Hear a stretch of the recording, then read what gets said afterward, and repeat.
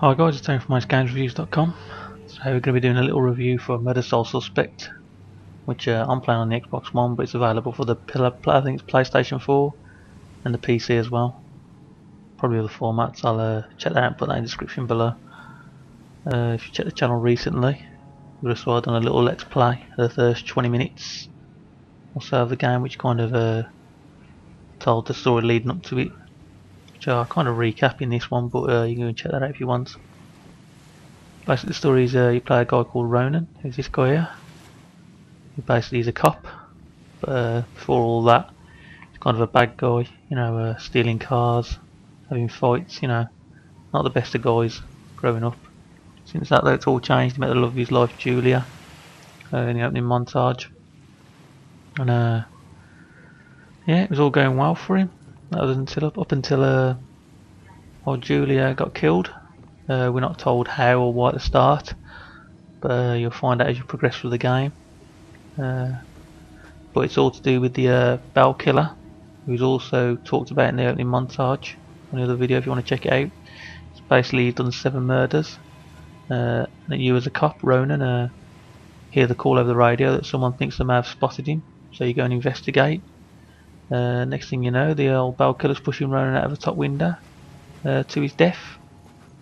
And that's basically where the story begins, basically working out who and why the killer is doing this, and you know, like I say, who he is, you know, to work all that out, which take you about 5 to 6 hours to go through the whole campaign. I think it took me. And that's probably an hour or so of walking around doing stupid stuff like looking in holes for collectibles and whatnot. But I'd say about, if you're just going to run straight through for the story for getting collectibles, probably about 4 to 5 hours, which for £40 is pretty short, so you may want to bear that in mind. Yeah, I said the campaign for me though was quite enjoyable. Be it short if you will, but you know, as I said, well told, good plot twists to it. You know, always kept me guessing right till the very end. Yeah, it was enjoyable, but like I say, short, so you may want to think about picking it up on a rental for that if you're that kind of person. There's also other things away from the campaign, the story to do for you. So we've got like there's all collectibles to find. You've got like My Life, which is like 7 of them to find. Info about the killers, 39 of them. Julia's Thoughts, there's 38 of them. This I can't quite remember. As I said, this video is my second playthrough, and once you've gone on your second playthrough, it kind of wipes all the other things you found before. So in the previous I probably found both of them, but it isn't showing on this. So with it being my second playthrough and not noting down what it was, I can't quite remember what that was. But no doubt the further I go it'll come and unlock. And then obviously it's finding 2 of whatever it is. That's just basically telling you the truth about Baxter, who's basically this other cop who looks a bit shady, you know, he's like a suspect early on. This is basically Profiler's Memories, which is like books you find. I don't know how this will end. The killer is an enigma to the police and a lurking shadow in my own life. If only I can keep Joy from harm, I would do anything, even push her away, if it meant pushing her to safety. It's basically like that kind of thing. Then you've got Gelsko's Messages, which are like murals hidden on the wall. You walk up, press the right trigger, reveal it, and then X to collect it. Then you got Ghost Stories. These are a cool thing. I enjoy doing these. They're basically like little collectibles around certain areas of a certain part of the map, which you have to find a certain number of. So there's like seven boilers out to find at the start. There's like 11 saws in another area out to find. And then there's like flames I have to find. You know, stuff like that, and it tells like a little like story, which I'll give you a little look. Hang on. Well, it was somewhere around noon on a Sunday when I got a call from the pastor. He was looking for someone to fix up the old church. It had been sitting up on that hill, abandoned for over 40 years. After getting hit by lightning back in '98, it suffered a bunch of fire damage. So of course I agreed to help. So you basically got them. Once you find them, you get like a little story told to you, which is, you know, so they're good to look out for. There's a history. There's 25 of them. It's kind of basically like plaques around the world, which tell you a bit of information about the word of Salem that you're playing out the game in. And once again, it's another collectible which it obviously hasn't unlocked yet, as I'm on my second playthrough, but for the life of me I can't remember what it is, but as again there's 9 of them to collect. So yeah, you can do them.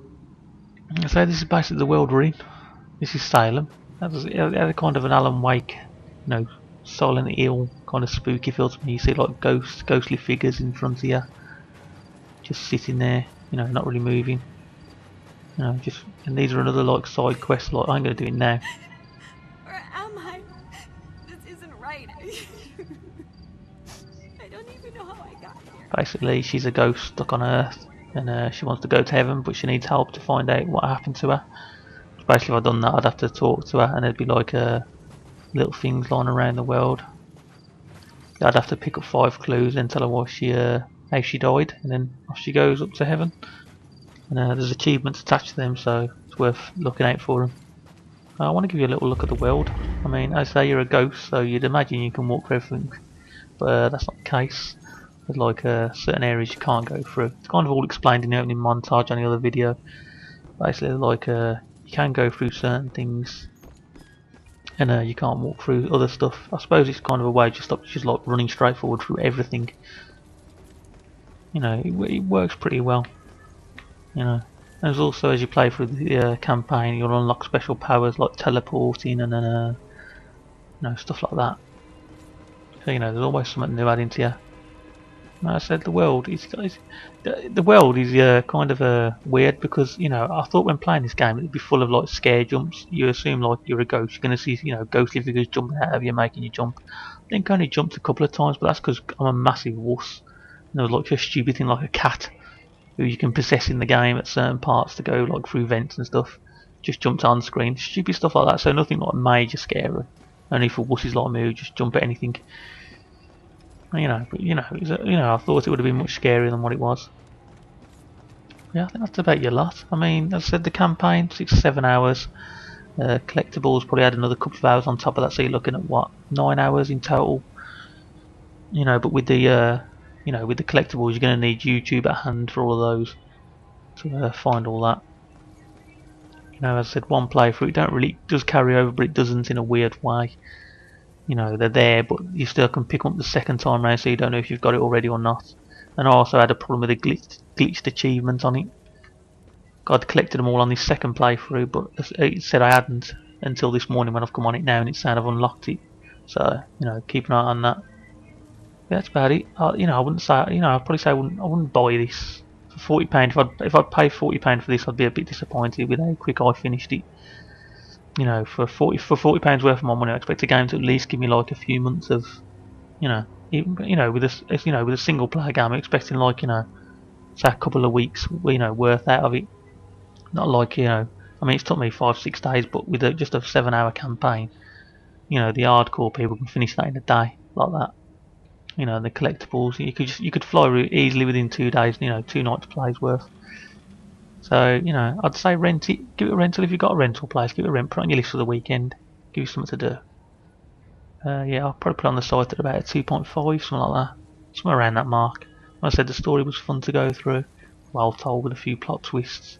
But for replay value and value for money, the kind of scores low on that part. I mean, it looks alright. Nothing special really, but does the job. So yeah, about a 2.5, something like that. So yeah, I'll be back soon, probably with some Watch Dogs gameplay or something like that, or whatever I get my hands on. Sure to subscribe to the channel if you don't already. Give this a like to just know that I haven't wasted my last 10 minutes of my life doing it. And just talk to us in the comments below. I'd love to hear what you think. Thanks for watching. Speak to you soon. Bye.